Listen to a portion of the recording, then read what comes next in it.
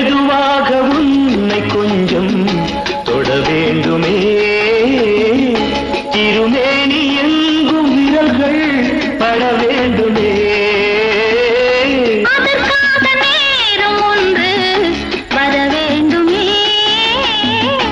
அடையாள சின்னம் ஒன்று தர வேண்டுமே இரு தோளிலும் மணமாலைகள்